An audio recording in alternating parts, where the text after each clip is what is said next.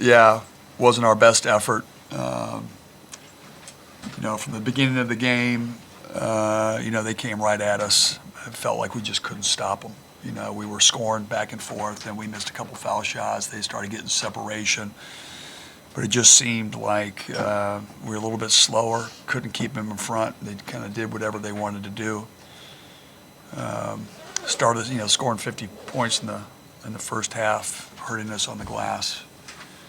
And then the second half, I felt like, we could still, stay in there, and we just couldn't keep them off the glass. I think it was 12-3 rebounds to start the second half. And we just couldn't get close enough to put game pressure on them. Okay. How was the health of Braxton and Corn? Just what happened with those guys? Braxton, it was just cramping up in the game, and Corin, shoulder injury. We'll know more.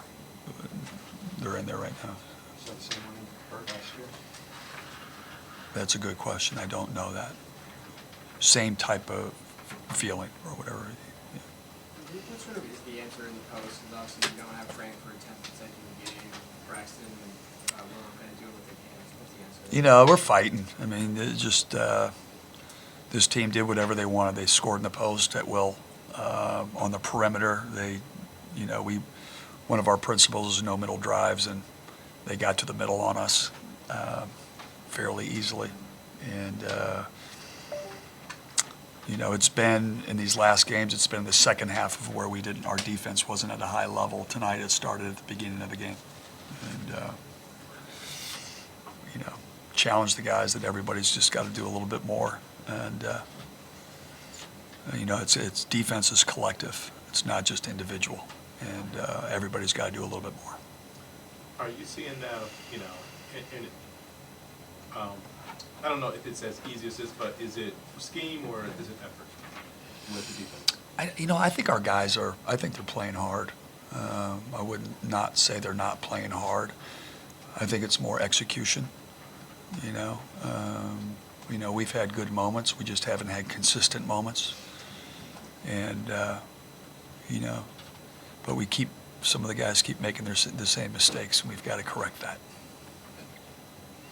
The toughness that you're always talking about, and the tenacity. That guy's on the bench. It just seems like you're really moving back. Is there any way that you can maybe exercise some of that energy from Frank and get it into some of the other guys? You know what? Frank was in the huddle at halftime, and given everything he's got, he always does. He's obviously missed, but just want him to be at 110% before he comes back. His health is his most important, but you can feel his absence for sure.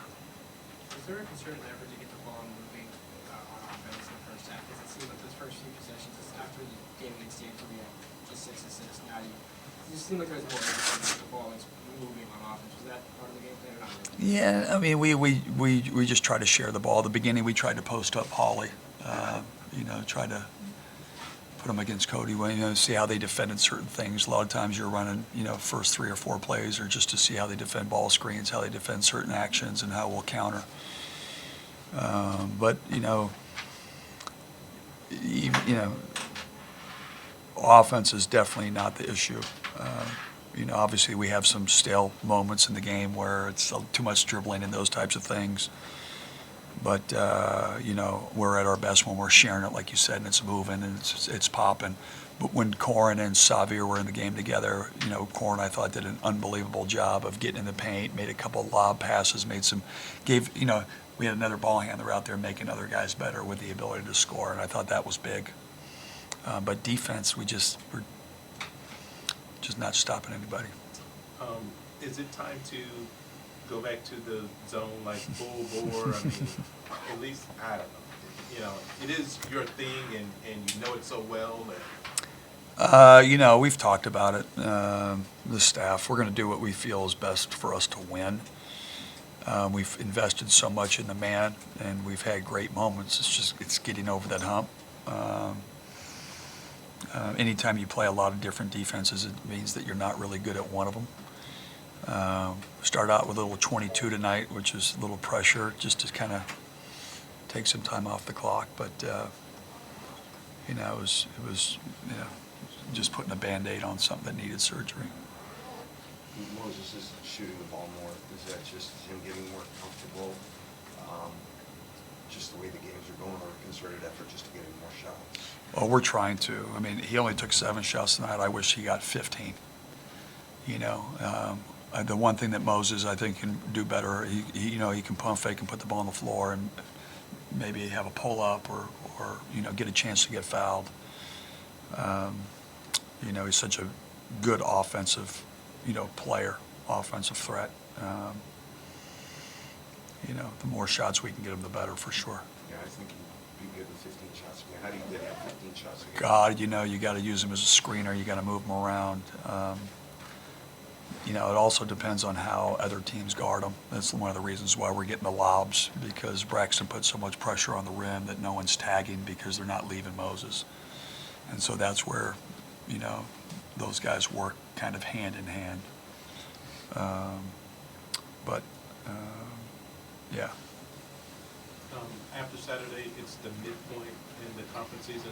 Is it are you talking with the guys about that? Like, hey, if we're gonna do anything, it kind of. Yeah, you know what, we haven't had one of these games this year. This one was, you know, it just wasn't our night, and it was their night. They played well. We played probably our C game. That happens. There wasn't a happy face in that locker room. I think, you know, this team, you know, has to get ready, has to bounce back. You know, Utah's coming off after a loss tonight at Washington State. You know, you just got to get to the next game.